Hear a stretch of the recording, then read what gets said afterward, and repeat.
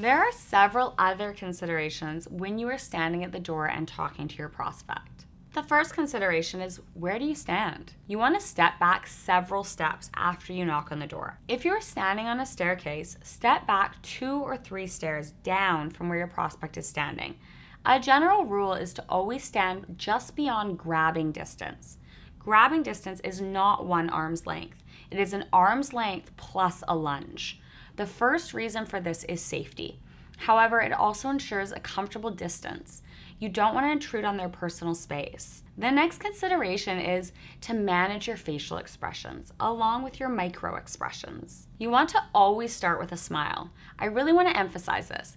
People like to talk to happy people, period. So always start a conversation off with a smile, no matter how they answer the door. You always want to keep smiling, even if your interaction doesn't go the way that you hoped it would. Smiling is powerful and it exerts positive energy. This is incredibly important. Remember, if this is your first impression, this is your first impression. You want it to be a positive one. If you're smiling, your chances of connecting with prospects go through the roof. It also increases the chance of leaving on a positive first impression, even if they don't want to talk to you that day. When you are interacting with them, you also want to remember to keep smiling. Don't let your face fall into a passive expression. Most people don't realize this when it's happening to their own face. However, when you relax while listening to others, your face becomes more passive. This is not a flattering expression on most people. It does not express actively listening the way that a smile does. If your face becomes too neutral, you may look or appear uninterested, even if that's not the case. Instead of letting this happen to your face, keep smiling. Use your expression to actively demonstrate that you are engaged. Remember, all of your mannerisms should demonstrate that you are engaged. You want your expressions to show that you're interested in building that relationship. The next consideration is to manage your actual body language. Remember, door knocking gives you the advantage of your body language. Your prospect can directly see you as you speak to them. The experience is very different than when you're emailing or speaking on the phone. They are able to interpret all of your moves while you're talking. Make sure all of them, including eye movements and smiling and nodding, match what you are saying. You want to ensure that your prospect sees that you're being genuine. It's also a good idea to start your interactions with an open hand. A friendly wave is a great idea. This open hand movement may seem simple, but it also is important. It shows that you have nothing in your hand. Subconsciously, it disarms people.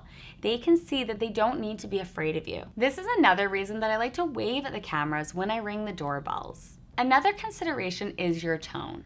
I know you've heard the saying, it's not what you say, but it is how you say it. And this is true at the door. It is important to be aware of your tone and voice. You want to know when to adjust your tone to what they are saying.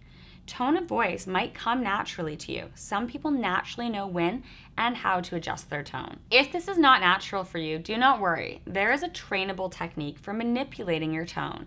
It's called NLP, Neuro Linguistic Programming. Through NLP, you can use the deliberate use of language and tone to change how someone interprets what you're saying. For example, when you adjust your tone at the end of a statement, you turn what you're saying into a question. This allows you to lead the conversation and encourage certain responses. Learning how to do this is a must in real estate. Someone who normally speaks in a monotone will have to work harder at this skill. If you practice and find this skill difficult to master, a good solution is to team up with someone who's better at it. This is a perfect example of when to pair up and let someone else's strengths help you. That's a better solution than focusing your valuable time on strengthening a weakness. Lastly, you want to think about what not to say at the door. It may seem obvious, but never talk negatively about a property. This doesn't just mean their property. This means don't talk negatively about any properties anywhere. You always want to maintain a positive interaction. You can offer constructive criticism to an area or property, and you can make suggestions related to your real estate expertise.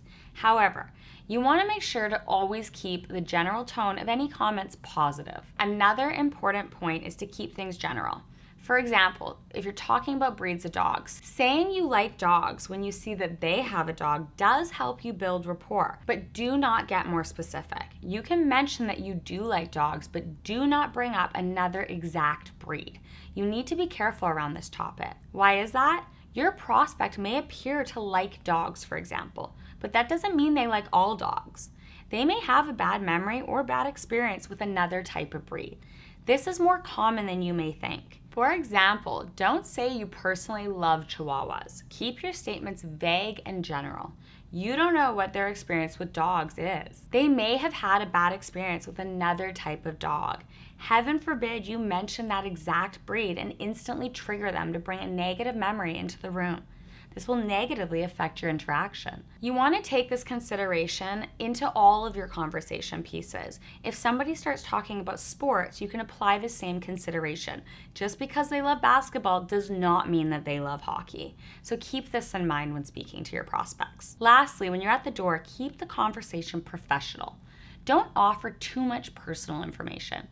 Guide the conversation back to them by having them answer your questions instead. You want to appear friendly and keep your conversation casual enough to build the connection. However, you also want to always keep your boundaries in mind.